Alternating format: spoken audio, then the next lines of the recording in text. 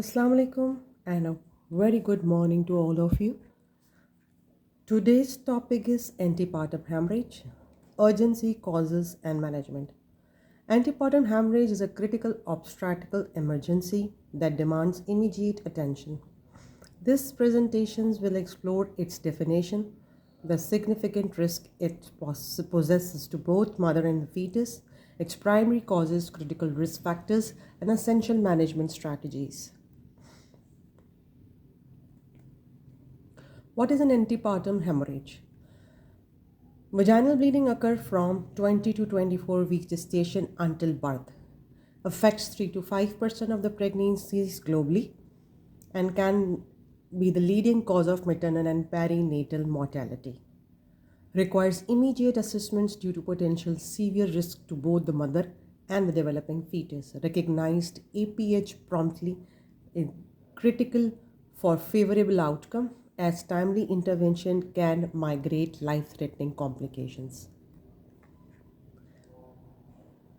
Why APH? This antepartum hemorrhage is a maternal and fetal emergency. Up to 50% of the maternal deaths worldwide are directly linked to the obstetrical emergencies, highlighting the severe risk possessed by APH. Severe complication APH can rapidly lead to hypovolemic shock, fetal distress, preterm birth, and even cerebral palsy in infants. Rapid deterioration, both mother and fetal conditions can deteriorate quickly, necessitating immediate maternal resuscitation and continuous fetal monitoring. Major causes of APH, the big threes. The big threes includes placenta previa, placental abruption, and vasa previa. One by one, I'm going to tell you about the big threes. Placenta previa occurs when the placenta implants over or close to the cervix, characterized by the painless, bright red vaginal bleeding. Placental absorption. The premature separation of the placenta from the uterine wall presents with a painful bleeding and a rigid tender uterus. Vasa previa, fetal blood vessels travel the membranes over the internal os. Bleeding typically occurs after the membrane rupture, possessing high fetal risks. Underlying these distant etiology is vital for accurate diagnosis and tailored management. Risk factors that highlighted APH danger: maternal health conditions, hypertension, and preeclampsia, most commonly linked with placental abruption. Previous uterine surgery, a history of cesarean sections, or other uterine procedures increase the risk of placenta previa. Lifestyle or demographic factors: substance used, cocaine, smoking, and alcohol significantly evaluate APH risk. Maternal age is very important. Younger women and after 35 can have they are more having the risks. Clinical presentation recognizing APH, placental abruption, sudden painful vaginal bleeding, often accompanied by intense abdominal pain, back pain, and a rigid tender uterus. Placenta previa typically presents as painless, bright red vaginal bleeding. Previa, painless, which may occur spontaneously or after sexual intercourse or vaginal examination. Vasa previa, characterized by a sudden onset of the fetal disease, bradycardia, concurrent with vaginal bleeding, especially after the rupture of the membrane. Signs of maternal shock: look for the systemic induction such as dizziness, indications such as dizziness, lightheadedness, tachycardia, rapid heart rate, and hypotension. Initial assessment and investigation. Maternal stabilization should be the first step, which includes ABCs. What is A? A is to assess the airway, B is for the breathing, and C is to maintain circulation. Administered oxygen supplements, large bore IV cannulas should be done as quick as possible. And once again, you have to involve the multidisciplinary team. Fetal monitoring: initial continuous fetal heart rate should be monitored. CTG That is, cardiotocography should be done from 26 weeks onwards.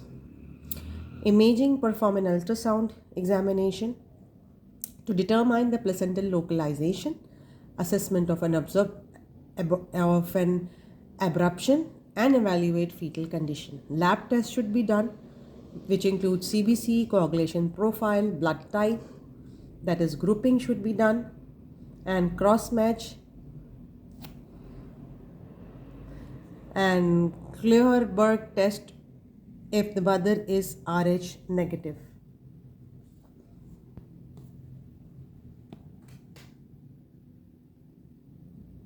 Emergency management principle, multidisciplinary response.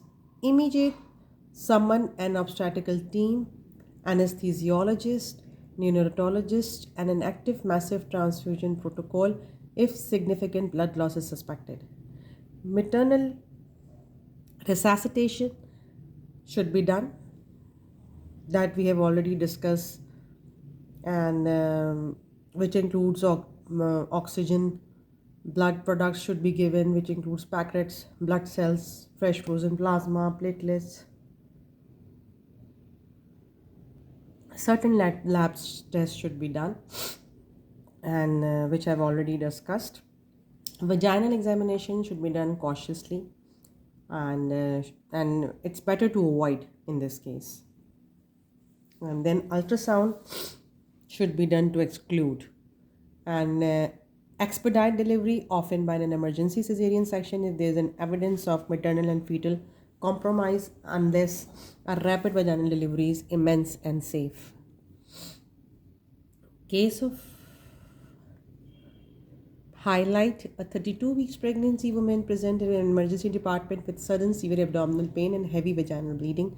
Fetal monitoring reveals significant bradycardia, indicates acute distress.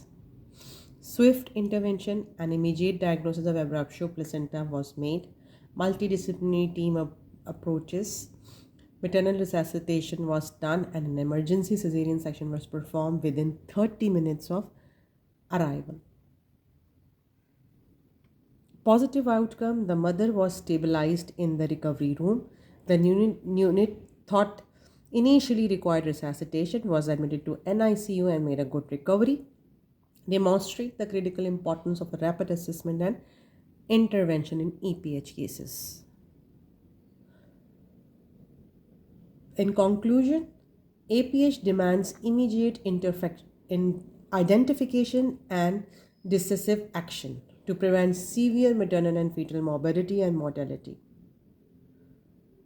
It is a teamwork that we have to involve the multidisciplinary team. Because it is very important to involve the staff, general surgeon, and with the anesthesiologist in between, and OT technicians should be involved with you, so that if active management should be done, the team should be highly alert.